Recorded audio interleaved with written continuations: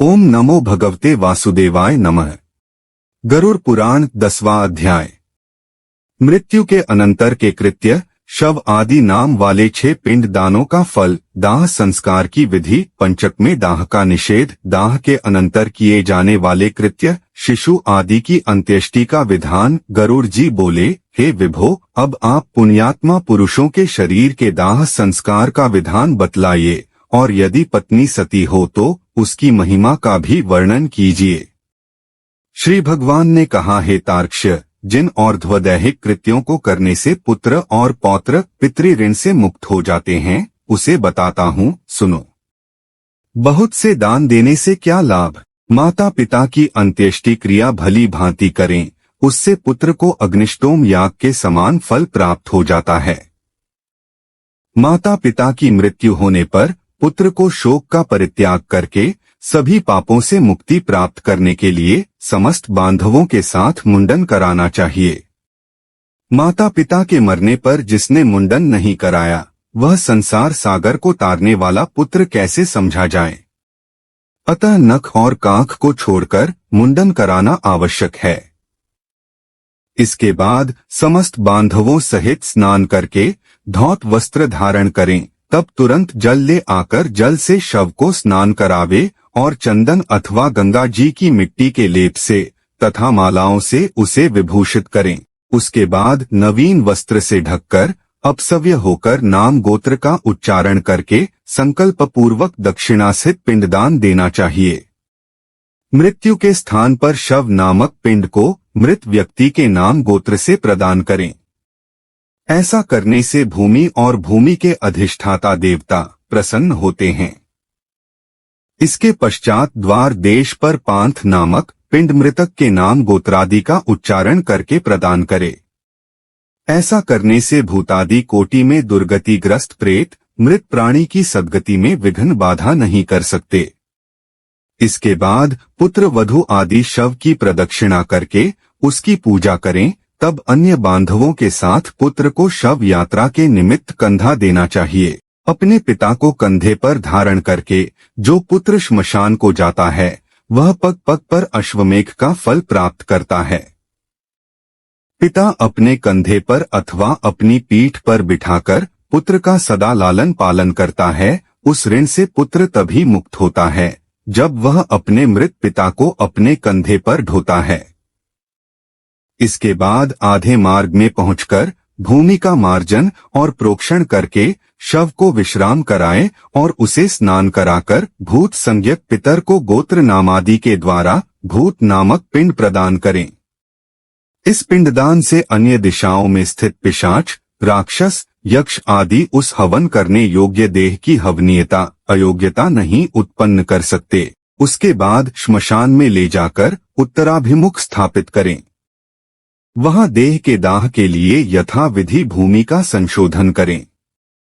भूमि का सम्मार्जन और लेपन करके उल्लेखन करें, अर्थात दर्भमूल से 3 रेखाएं खींचें और उल्लेखन क्रमानुसार ही उन रेखाओं से उभरी हुई मिट्टी को उठाकर ईशान दिशा में फेंककर उस वेदिका को जल से प्रोक्षित करके उसमें विधि विधान पूर्वक अग्नि स्थापित करें।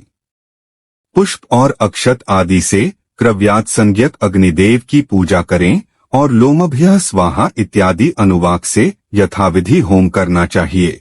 तब उस क्रव्याद मृतक का मांस भक्षण करने वाली अग्नि की इस प्रकार प्रार्थना करें, तुम प्राणियों को धारण करने वाले, उनको उत्पन्न करने वाले तथा प्राणियों का पालन करने वाले हो, यह सांसारिक मनुष्य मर चुका है, तुम इसे स्वर्ग ले जाओ। इस प्रकार क्रव्याद संज्ञक अग्नि की प्रार्थना करके वहीं चंदन, तुलसी, पलाश और पीपल की लकड़ियों से चिता का निर्माण करें। हे खगेश्वर, उस शव को चिता पर रख करके वहां 2 पिंड प्रदान करें। प्रेत के नाम से एक पिंड चिता पर तथा दूसरा शव के हाथ में देना चाहिए। चिता में रखने के बाद से उस शव में प्रेतत्व आ जाता है। प्रेतकल्प को जानने वाले कतिपय विद्वज्जन चिता पर दिए जाने वाले पिंड को साधक नाम से संबोधित करते हैं। अतः चिता पर साधक नाम से तथा शव के हाथ पर प्रेत नाम से पिंडदान करें। इस प्रकार 5 पिंड प्रदान करने से शव में आहुति योग्यता संपन्न होती है। अन्यथा श्मशान में स्थित पूर्वोक्त पिशाच, राक्षस तथा यक्ष आदि उसकी आहुति योग्यता के उपघातक होते हैं। प्रेत के लिए 5 पिंड देकर हवन किए हुए उस क्रव्याद अग्नि को तिनकों पर रखकर यदि पंचक, धनिष्ठा, शतभिषा, पूर्वा भाद्रपद, उत्तरा भाद्रपद और रेवती ये 5 नक्षत्र पंचक कहलाते हैं और इन पंचकों के स्वामी ग्रह क्रमशः वसु, वरुण, अच्चरण अथवा अजैकपात, अहिर्बुधन्य और पूषा हैं, न हो तो पुत्र अग्नि प्रदान करे। पंचक में जिसका मरण होता है उस मनुष्य को सद्गति नहीं प्राप्त होती। पंचक शांति किए बिना उसका दाह संस्कार नहीं करना चाहिए, अन्यथा अन्य की मृत्यु हो जाती है। धनिष्ठा नक्षत्र के उत्तरार्ध से रेवती तक 5 नक्षत्र पंचक संज्ञक है। इनमें मृत व्यक्ति दाह के योग्य नहीं होता और उसका दाह करने से परिणाम शुभ नहीं होता। इन नक्षत्रों में जो मरता है उसके घर में कोई हानि होती है, पुत्र और सगोत्रियों को भी कोई विघ्न होता है। अथवा इस पंचक में भी दाह विधि का आचरण करके मृत व्यक्ति का दाह संस्कार हो सकता है। पंचक मरण प्रयुक्त सभी दोषों की शांति के लिए उस दाह विधि को कहूंगा। हे ताक्ष्य, कुश से निर्मित 4 पुतलों को नक्षत्र मंत्रों से अभिमंत्रित करके शव के समीप में स्थापित करें, तब उन पुतलों में प्रतप्त सुवर्ण रखना चाहिए और फिर नक्षत्रों के नाम मंत्रों से होम करना चाहिए। पुनः प्रेता जयता नर इंद्रो वह शर्म यच्छतु, इस मंत्र से उन नक्षत्र मंत्रों को संपुटित करके होम करना चाहिए। ओम नमो भगवते वासुदेवाय नमः। इसके बाद उन पुतलों के साथ शव का दाह करें। सपिंड श्राद्ध के दिन पुत्र यथा विधि पंचक शांति का अनुष्ठान करें। पंचक दोष की शांति के लिए क्रमशः तिलपूर्ण पात्र, सोना, चांदी, रत्न तथा घृतपूर्ण कांस्य पात्र का दान करना चाहिए। इस प्रकार पंचक शांति विधान करके जो शव दाह करता है उसे पंचकजन्य कोई विघ्न बाधा नहीं होती और प्रेत भी सद्गति प्राप्त करता है। इस प्रकार पंचक में मृत व्यक्ति का दाह करना चाहिए और पंचक के बिना मरने पर केवल शव का दाह करना चाहिए। यदि मृत व्यक्ति की पत्नी सती हो रही हो तो उसके दाह के साथ ही शव का दाह करना चाहिए। अपने पति के प्रिय संपादन में संलग्न पतिव्रता नारी यदि उसके साथ परलोक गमन करना चाहे, सती होना स्त्री की इच्छा पर निर्भर करता है। सती के नाम पर कोई जबरदस्ती नहीं होनी चाहिए, तो पति की मृत्यु होने पर स्नान करे और अपने शरीर को कुमकुम, अंजन, सुंदर वस्त्राभूषण आदि से अलंकृत करे, ब्राह्मणों और बंधु बांधवों को दान दे, गुरुजनों को प्रणाम करके तब घर से बाहर निकले। इसके बाद देवालय जाकर भक्तिपूर्वक भगवान विष्णु को प्रणाम करे। वहां अपने आभूषणों को समर्पित करके वहां से श्रीफल लेकर लज्जा और मोह का परित्याग करके श्मशान भूमि में जाए। तब वहां सूर्य को नमस्कार करके चिता की परिक्रमा करके पुष्पशया रूपी चिता पर चढ़े और अपने पति को गोद में लिटाए। तदंतर सखियों को श्रीफल देकर दाह के लिए आज्ञा प्रदान करे और शरीर दाह को गंगाजल में स्नान के समान मानकर अपना शरीर जलाए। गर्भिणी स्त्री को अपने पति के साथ अपना दाह नहीं करना चाहिए। प्रसव करके और उत्पन्न बालक का पोषण करने के अनंतर उसे सती होना चाहिए। यदि स्त्री अपने मृत पति के शरीर को लेकर अपने शरीर का दाह करती है तो अग्नि उसके शरीर मात्र को जलाती है, उसकी आत्मा को कोई पीड़ा नहीं होती। धौंके जाते हुए स्वर्णादि धातुओं का मल जैसे अग्नि में जल जाता है, उसी प्रकार पति के साथ जलने वाली नारी अमृत के समान अग्नि में अपने पापों को जला देती है। जिस प्रकार सत्यप्रायण धर्मात्मा पुरुष शपथ के समय तपे हुए लोहपिंडादि को लेने पर भी नहीं जलता, उसी प्रकार चिता पर पति के शरीर के साथ संयुक्त वह नारी भी कभी नहीं जलती, अर्थात उसे दाह प्रयुक्त कष्ट नहीं होता। प्रत्युत उसकी अंतरात्मा मृत व्यक्ति की अंतरात्मा के साथ एकत्व प्राप्त कर लेती है। पति की मृत्यु होने पर जब तक स्त्री उसके शरीर के साथ अपने शरीर को नहीं जला लेती, तब तक वह किसी प्रकार भी स्त्री शरीर प्राप्त करने से मुक्त नहीं होती। इसलिए सर्व प्रयत्न पूर्वक मन, वाणी और कर्म से जीवितावस्था में अपने पति की सदा सेवा करनी चाहिए और मरने पर उसका अनुगमन करना चाहिए। पति के मरने पर जो स्त्री अग्नि में आरोहण करती है वह महर्षि वशिष्ठ की पत्नी अरुंधति के समान होकर स्वर्गलोक में सम्मानित होती है। वहाँ वह पतिपरायणा नारी अप्सरा गणों के द्वारा स्तूयमान होकर 14 इंद्रों के राज्यकाल पर्यंत अर्थात एक कल्प तक अपने पति के साथ स्वर्गलोक में रमण करती है। जो सती अपने भर्ता का अनुगमन करती है वह अपने मातृकुल, पितृकुल और पतिकुल इन तीनों कुलों को पवित्र कर देती है। मनुष्य के शरीर में 3.5 करोड़ रोमकूप हैं, उतने काल तक वह नारी अपने पति के साथ स्वर्ग में आनंद करती है। वह सूर्य के समान प्रकाशमान विमान में अपने पति के साथ क्रीड़ा करती है और जब तक सूर्य और चंद्र की स्थिति रहती है तब तक पतिलोक में निवास करती है। इस प्रकार दीर्घ आयु प्राप्त करके पवित्र कुल में पैदा होकर पति रूप में वह पतिव्रता नारी उसी जन्मांतरीय पति को पुनः प्राप्त करती है। जो स्त्री क्षण मात्र के लिए होने वाले दाह दुख के कारण इस प्रकार के सुखों को छोड़ देती है वह मूर्खा जन्म पर्यंत विरहाग्नि में जलती रहती है। इसलिए पति को शिवस्वरूप जानकर उसके साथ अपने शरीर को जला देना चाहिए। शव के आधे या पूरे जल जाने पर उसके मस्तक को फोड़ना चाहिए। गृहस्थों के मस्तक को काष्ठ से और यतियों के मस्तक को श्रीफल से फोड़ देना चाहिए। पितृलोक की प्राप्ति के लिए उसके ब्रह्मरंध्र का भेदन करके उसका पुत्र निम्न मंत्र से अग्नि में घी की आहुति दे। हे अग्निदेव, तुम भगवान वासुदेव के द्वारा उत्पन्न किए गए हो। पुनः तुम्हारे द्वारा इसकी तेजोमय दिव्य शरीर की उत्पत्ति हो। स्वर्गलोक में गमन करने के लिए इसका स्थूल शरीर जलकर तुम्हारा हवि हो, एकदर्थ तुम प्रज्वलित हो। इस प्रकार मंत्रसिद्ध तिल मिश्रित घी की आहुति देकर जोर से रोना चाहिए, उससे मृत प्राणी सुख प्राप्त करता है।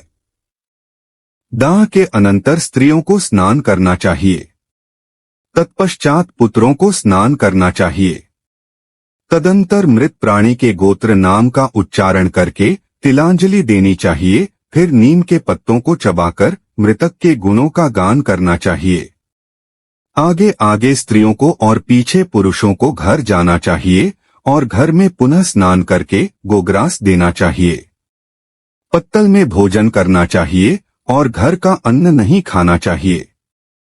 मृतक के स्थान को लीपकर वहां 12 दिन तक रात दिन दक्षिणाभिमुख अखंड दीपक जलाना चाहिए। हे ताक्ष्य, शवदाह के दिन से लेकर 3 दिन तक सूर्यास्त होने पर श्मशान भूमि में अथवा चौराहे पर मिट्टी के पात्र में दूध तथा जल देना चाहिए। काठ की 3 लकड़ियों को दृढ़तापूर्वक सूत से बांधकर अर्थात तिगोड़िया बनाकर उस पर दूध और जल से भरे हुए कच्चे मिट्टी के पात्र को रखकर यह मंत्र पढ़े। हे प्रेत, तुम श्मशान की आग से जले हुए हो, बांधवों से परित्यक्त हो। यह जल और यह दूध तुम्हारे लिए है, इसमें स्नान करो और इसे पियो। याज्ञवल्क्य स्मृति 3:17 की मिताक्षरा में विज्ञानेश्वर ने कहा है कि प्रेत के लिए जल और दूध पृथक पृथक पात्रों में रखना चाहिए और प्रेत अत्रस्नाही कहकर जल तथा पिबचेदम कहकर दूध रखना चाहिए। साग्निक, जिन्होंने अग्न्याधान किया हो, को चौथे दिन अस्थि संचय करना चाहिए और निषिद्धवार तिथि का विचार करके निरग्नि को तीसरे अथवा दूसरे दिन अस्थि संचय करना चाहिए। अस्थि संचय के लिए श्मशान भूमि में जाकर स्नान करके पवित्र हो जाएं। ऊन का सूत्र लपेटकर और पवित्री धारण करके श्मशान वासियों भूतादि के लिए पुत्र को यमायत्वा इस मंत्र से माश उड़द की बलि देनी चाहिए और 3 बार परिक्रमा करनी चाहिए। हे खगेश्वर, इसके बाद चितास्थान को दूध से सींचकर जल से सींचे, तदंतर अस्थि संचय करे और उन अस्थियों को पलाश के पत्ते पर रखकर दूध और जल से धोए और पुनः मिट्टी के पात्र पर रखकर यथा विधि श्राद्ध पिंडदान करें। त्रिकोण स्थंडिल बनाकर उसे गोबर से लीपे। दक्षिणाभिमुख होकर स्थपिंडल के तीनों कोनों पर 3 पिंडदान करें।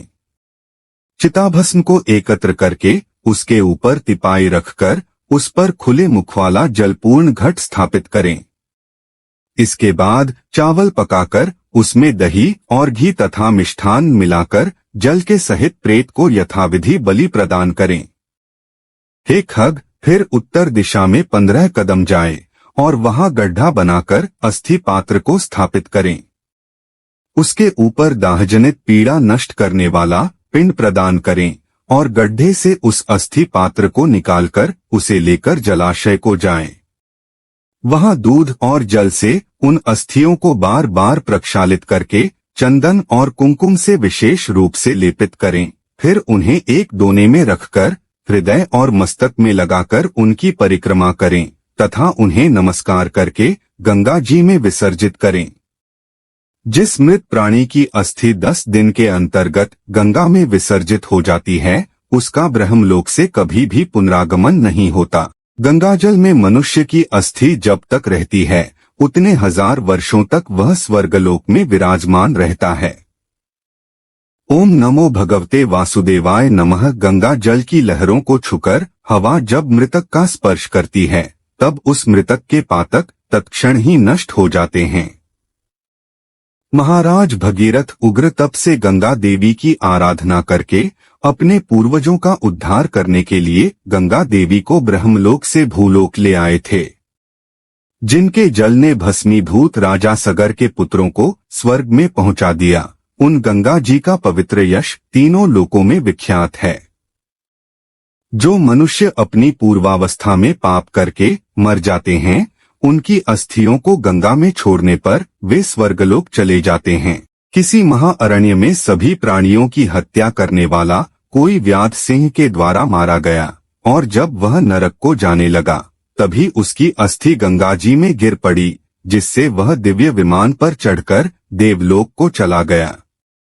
इसलिए सत्पुरुष को स्वतः ही अपने पिता की अस्थियों को गंगा जी में विसर्जित करना चाहिए।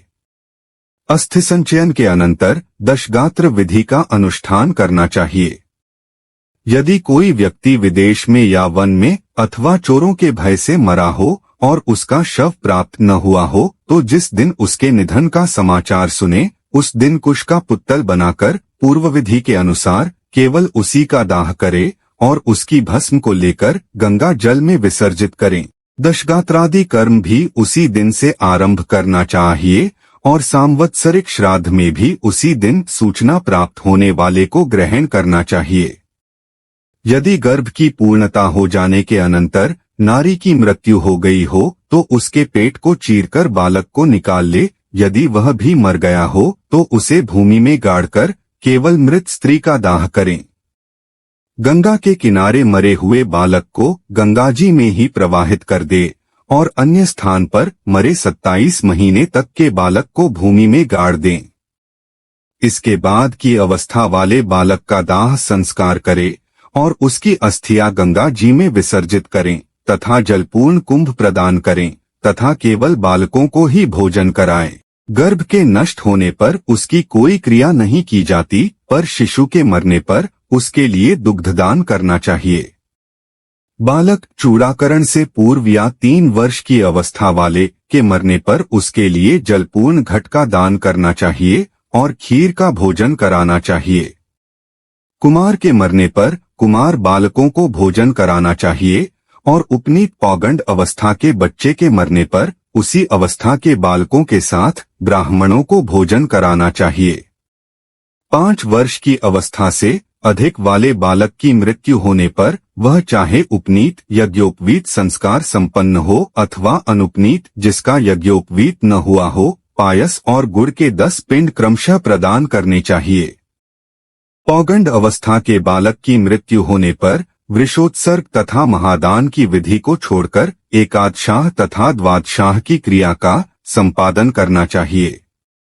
पिता के जीवित रहने पर पौगंडावस्था में मृत बालक का सपिंडन श्राद्ध नहीं होता, अतः 12वें दिन उसका केवल एकोद्दिष्ट श्राद्ध करें। स्त्री और शूद्रों के लिए विवाह ही व्रतबंध स्थानीय संस्कार कहा गया है। व्रत अर्थात उपनयन के पूर्व मरने वाले सभी वर्णों के मृतकों के लिए उनकी अवस्था के अनुकूल समान क्रिया होनी चाहिए। जिसने थोड़ा कर्म किया हो, थोड़े विषयों से जिसका संबंध रहा हो, कम अवस्था हो और स्वल्प देह वाला हो, ऐसे जीव के मरने पर उसकी क्रिया भी स्वल्प ही होनी चाहिए। किशोर अवस्था के और तरुण अवस्था के मनुष्य के मरने पर शय्यादान, वृषोत्सर्गादि, पद्दान, महादान और गोदान आदि क्रियाएं करनी चाहिए। सभी प्रकार के सन्यासियों की मृत्यु होने पर उनके पुत्रों आदि के द्वारा न तो उनका दाह संस्कार किया जाना चाहिए, न उन्हें तिलांजलि देनी चाहिए और न ही उनकी दशगात्रादि क्रिया ही करनी चाहिए, क्योंकि दंड ग्रहण संन्यास ग्रहण कर लेने मात्र से नर ही नारायण स्वरूप हो जाता है। त्रिदंड मन, वाणी और इंद्रियों का संयम ही त्रिदंड है। ग्रहण करने से मृत्यु के अनंतर उस जीव को प्रेतत्व प्राप्त नहीं होता। ज्ञानीजन तो अपने स्वरूप का अनुभव कर लेने के कारण सदा मुक्त ही होते हैं। इसलिए उनके उद्देश्य से दिए जाने वाले पिंडों की भी उन्हें आकांक्षा नहीं होती। अतः उनके लिए पिंडदान और उदक क्रिया नहीं करनी चाहिए, किंतु पितृभक्ति के कारण तीर्थ श्राद्ध और गया श्राद्ध करने चाहिए। हेताक्ष्य, हंस, परमहंस, कुटीचक और बहुदक, इन चारों प्रकार के सन्यासियों की मृत्यु होने पर उन्हें पृथ्वी में गाड़ देना चाहिए। गंगा आदि नदियों के उपलब्ध न रहने पर ही पृथ्वी में गाड़ने की विधि है। यदि वहां कोई महानदी हो तो उन्हीं में उन्हें जल समाधि दे देनी चाहिए। इस प्रकार गरुड़ पुराण के अंतर्गत सारोद्धार में दाहास्थि संचय कर्म निरूपण नामक 10वां अध्याय पूरा हुआ। ओम नमो भगवते वासुदेवाय नमः। वीडियो अच्छी लगी हो तो प्लीज लाइक एंड शेयर, और अगर आप चैनल पे नए हैं तो सब्सक्राइब जरूर कर लें। धन्यवाद।